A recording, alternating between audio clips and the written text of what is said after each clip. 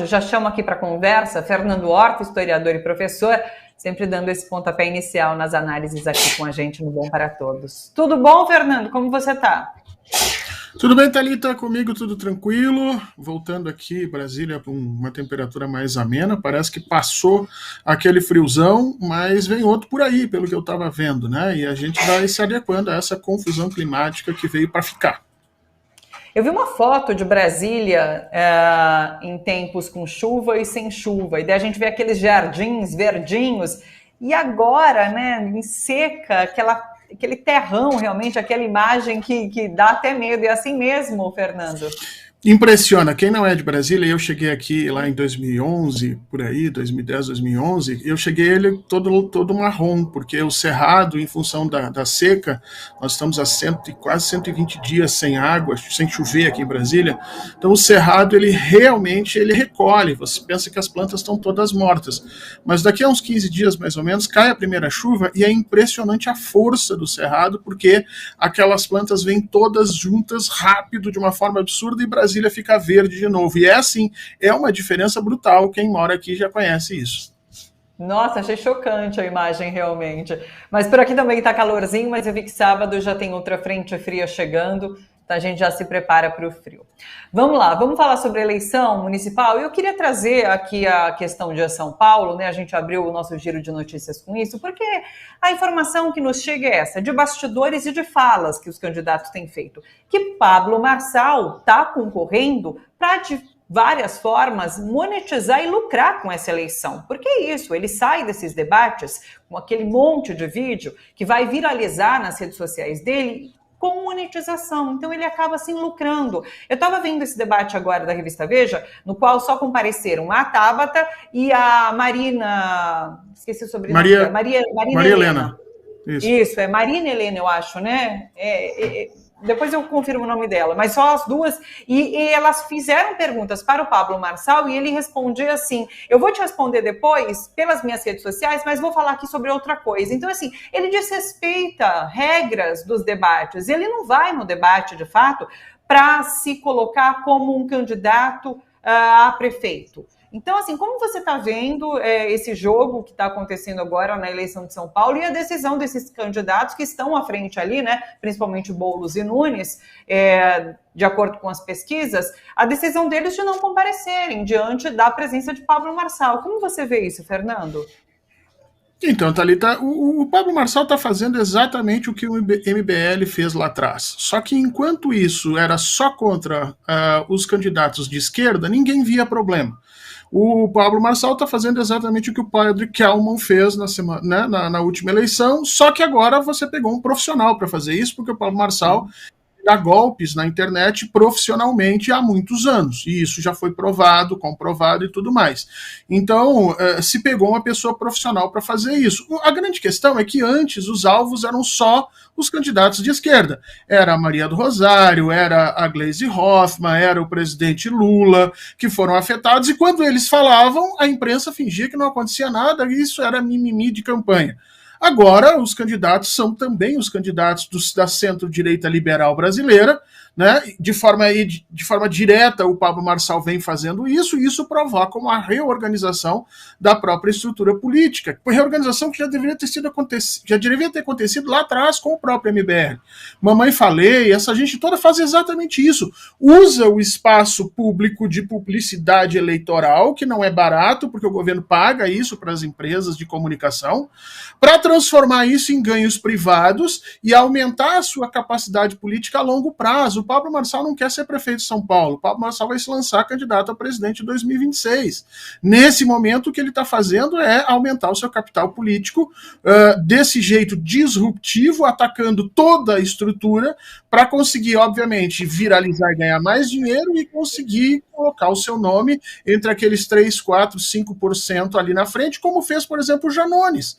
O Janones fez exatamente isso na última eleição. Se lançou candidato à presidência da República, simplesmente para aparecer ali no inicinho e depois fazer uma grande negociação com o presidente Lula para estabelecer ali um certo processo de contato. É o mesmo caminho, só que o Marçal levou isso às raias do absurdo, porque a escala com que ele trabalha é a escala digital das redes dele, nós estamos falando de uma escala muito grande. Já há muito tempo a política deveria ter se precavido desse tipo de situação. Eu, por exemplo, defendo que a gente crie um crime de assédio digital, né, e que não se possa exibir imagens de absolutamente ninguém que tenha, obviamente, cargo público ou que seja conhecedora, que tenha uma personalidade pública evidente, sem a autorização expressa dessa pessoa e que esses vídeos não possam monetizar. Na hora que a gente criar uma lei dessas, que as plataformas não possam monetizar esses vídeos, esse tipo de ataque vai cair bastante. Eu ia te perguntar em relação ao que fazer nesse momento diante de uma candidatura como a dele. Você acha que é através da legislação, através da fiscalização das redes que se coíbe esse comportamento? Eu acho que a gente tem que regular o capitalismo digital no Brasil, tá? Nós temos que fazer uma lei mais ampla para isso, transformando cada brasileiro num produtor de informações, dizendo, o governo vai lá e diz, olha, todo brasileiro é um produtor de informações. Portanto, se as redes sociais quiserem usar as informações dos brasileiros, não interessa se você produz informação como a TVT produz, por exemplo, de forma profissional, ou se você manda mensagem para sua mãe, para sua avó, é informação igual, porque ali está contendo informações importantes sobre linguagem, sobre percepções do mundo, sobre situações políticas. Portanto, nós devíamos fazer isso, e se as redes sociais quiserem usar essas informações, paguem um valor anual para o Brasil, e esse valor anual ser revertido para desenvolvimento de tecnologia nacional e desenvolvimento de letramento digital. Mas esse é o problema maior das redes. Com relação às eleições, nós temos que criar, sim, uma regra para que as plataformas não possam monetizar esse tipo de vídeo. Vídeo que contém acesso, vídeo que contém imagens que não sejam do dono do canal, daquele indivíduo que está registrado no canal, não podem ser monetizadas se não houver a aceitação por escrito de todos os que estão ali participando. E aí, quando a gente fizer isso, vai deixar de ser lucrativo para o Marçal e para qualquer outro, para o MBL, para todo mundo, fazer o que eles sempre fizeram. Porque eles conseguem fazer isso porque, mesmo que ele não ganhe um voto, Thalita, se ele conseguir viralizar esses vídeos no seu canal, financeiramente a eleição terá sido para ele lucrativa. A gente falou sobre essa atuação nas redes sociais, mas e Pablo Marçal enquanto candidato, enquanto pessoa que comparece a esses debates e faz acusações com base em nada, com base nas vozes de sua cabeça, né, como costumam dizer. Porque ele fez acusações contra Boulos ganhou direito de resposta, mas a acusação que ele fez, a mentira que ele espalhou, é isso, já se espalhou, o dano já foi feito, não? E esse é o grande problema que nós estamos enfrentando. Aliás, nós enfrentamos já há algum tempo, e a Folha de São Paulo, nas últimas semanas, resolveu ficar do lado da técnica Pablo Marçal. Qual é o problema? O problema é que o mundo digital tem uma velocidade muito grande, seus efeitos aparecem de uma forma muito grande, e o mundo jurídico não acompanha essa velocidade. Não acompanha porque não tem estrutura para acompanhar, e acho que não acompanha porque filosoficamente não vale a pena acompanhar. A justiça tem a sua própria forma de atuar, ela precisa ouvir os dois lados, ela precisa de tempo, ela precisa de processo, e em realidade o mundo digital passa por cima disso. E nesse gap, nessa diferença de velocidades entre o mundo digital e o mundo jurídico, é que nós começamos a ter a presença de figuras disruptivas, como o Pablo Marçal está colocado ali. Nós temos que eliminar isso. Deve haver um componente na justiça que seja um componente direto para barrar esse tipo de situação. Algo que o Alexandre de Moraes fez pessoalmente nas últimas eleições e que foi atacado na semana passada pela Folha de São Paulo, dizendo que isso era autoritário. Não, Folha de São Paulo. Autoritário é o que o Pablo Marçal faz.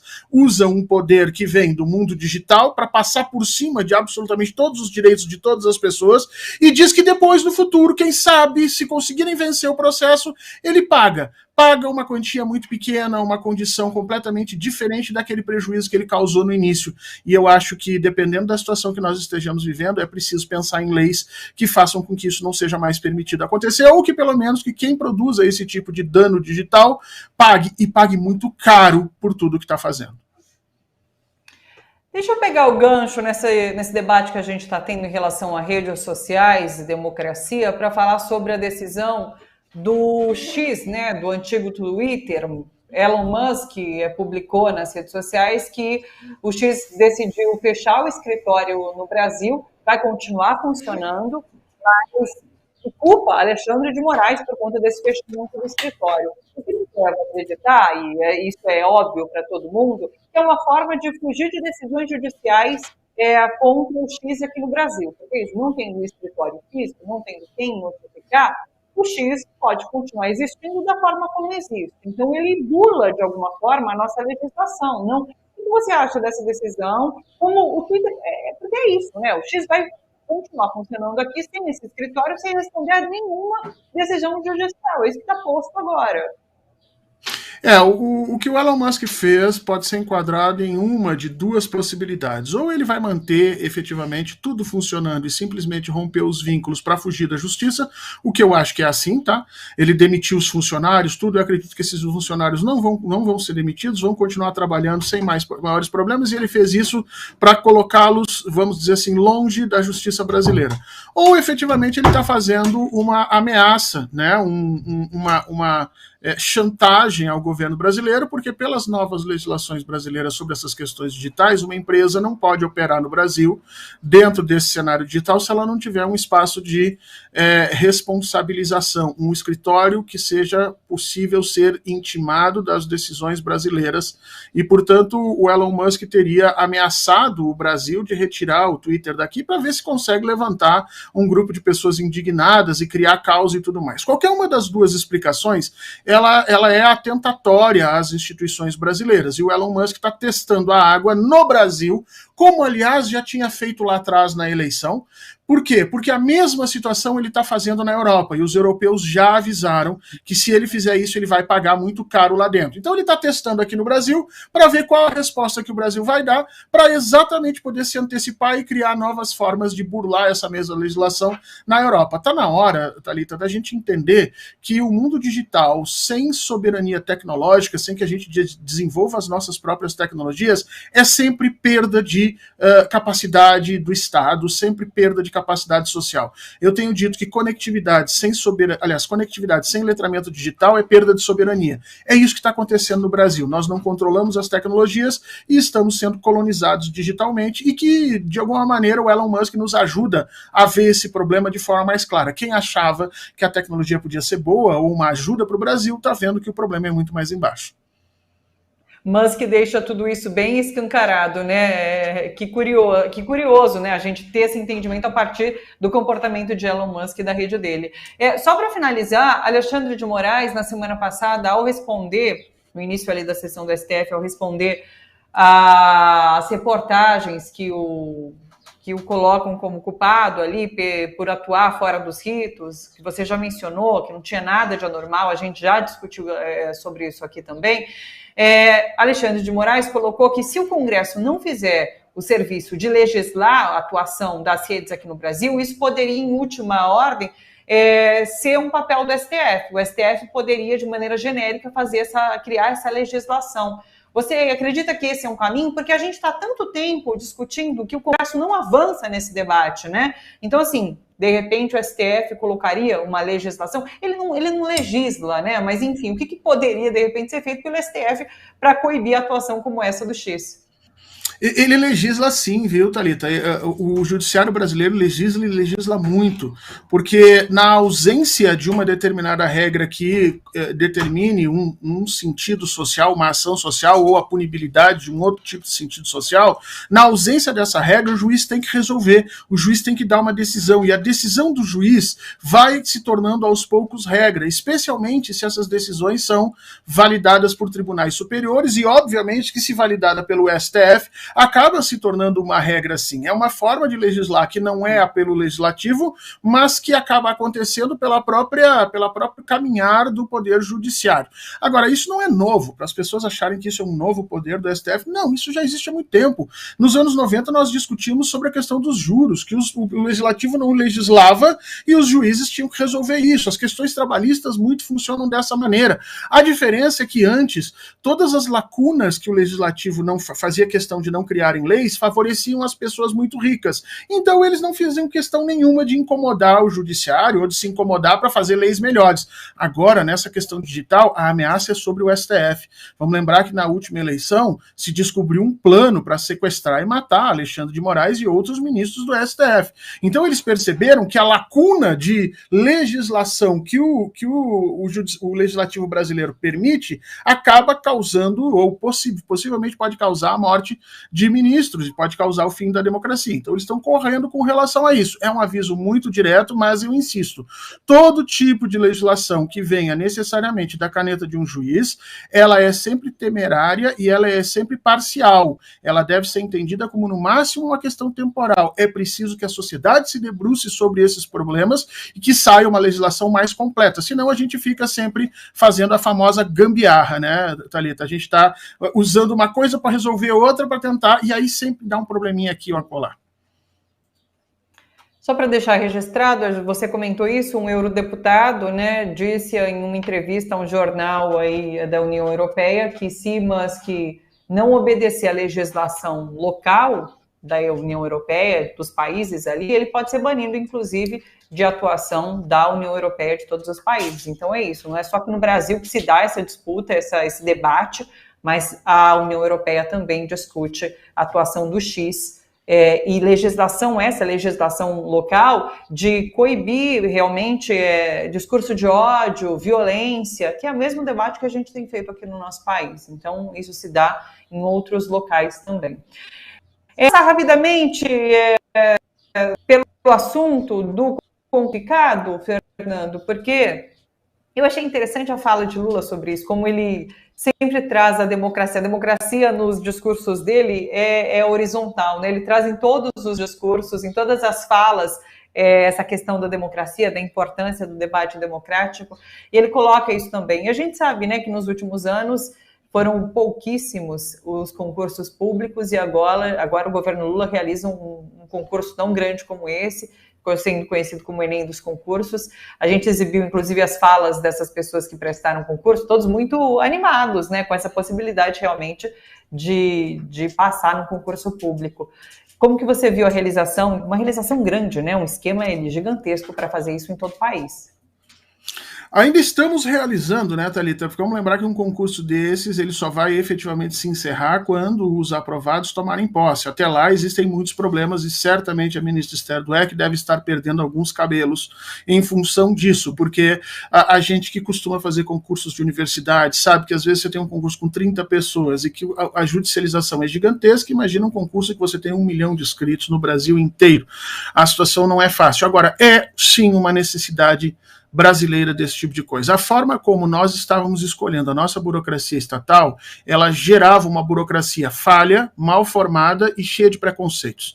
Quer dizer, quando você partia para escolher concursos em que sempre os mesmos assuntos caíam, entendidos da mesma forma, era direito, era contabilidade, era economia, era não sei o que, eram sempre as mesmas perguntas, eram sempre o mesmo tipo de raciocínio, o mesmo tipo de conhecimento, tanto que nós criamos no nosso mundo o termo concurseiro, que é aquela criatura que não sabe muito bem para que lado ela vai, mas ela está estudando há anos porque ela sabe que o conjunto de assuntos que vão cair em vários concursos era sempre o mesmo.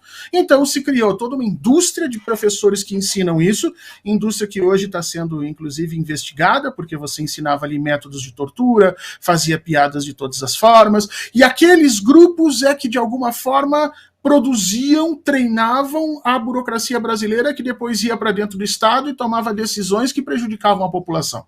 Então a análise muito bem feita pelo Ministério do Planejamento era de que o nosso modelo de escolha de trabalhadores nas máquinas estaduais estava levando a um empobrecimento da nossa capacidade no Estado, empobrecimento intelectual, empobrecimento ético e empobrecimento social, e que era necessário mudar. E aí é muito corajosa a postura da ministra Esther Dweck, porque ela, no fundo, encarou um enorme desafio e parece que até agora vem sendo bem sucedido. Eu torço para que seja, até porque já tem um concurso marcado para o ano que vem de novo e talvez esse CNU se torne anual e isso seria uma coisa extremamente importante. O relato das pessoas que estão fazendo as provas é muito interessante. Pessoas negras que no modelo anterior, muitas vezes sem condições de pagar grandes cursinhos e que não teriam chance no modelo anterior nunca de chegar a esses cargos confiantes, porque finalmente entenderam que puderam entender um concurso, se preparar para ele, os conhecimentos da vida que eles vivem, que eles enxergam, estavam lá presentes, e isso tudo é que nós precisamos para reformar o Estado brasileiro de baixo para cima. Parabéns a essa iniciativa, tomara que dê certo. É isso, a ministra tocou um baita de um desafio, que bom que o exame foi realizado com bastante sucesso até o momento, e eu achei alta essa taxa de abstenção de 50%, mas de fato dizem que é normal, né? Então, é normal, sim, Thalita. É normal em todos os concursos, há sempre uma taxa bastante alta em concursos de terceiro grau, por exemplo, é de 30% a 40%, a gente está falando ali de 30, 40 inscritos, e aí você vê que 10 não aparecem, então numa escala desse tamanho é comum também, e em função dos problemas que nós tivemos. Não vamos esquecer que muita gente se inscreveu e que houve a tragédia no Rio Grande do Sul, e esse processo levou mais lá adiante. Então, isso movimentou muito a vida das pessoas, e portanto está dentro da normalidade isso que está passando. É isso. Temas da semana, para onde você nos aponta, para onde devemos olhar, seja no cenário nacional ou internacional, Fernando? Internacional, a gente tem que olhar Vladimir Putin, que acabou de negar a continuidade ou a possibilidade de tratativas de paz com a Ucrânia desde que a Ucrânia invadiu o território russo. A Ucrânia tentava ganhar territórios russos para sentar na mesa e discutir o que ela chama de paz justa.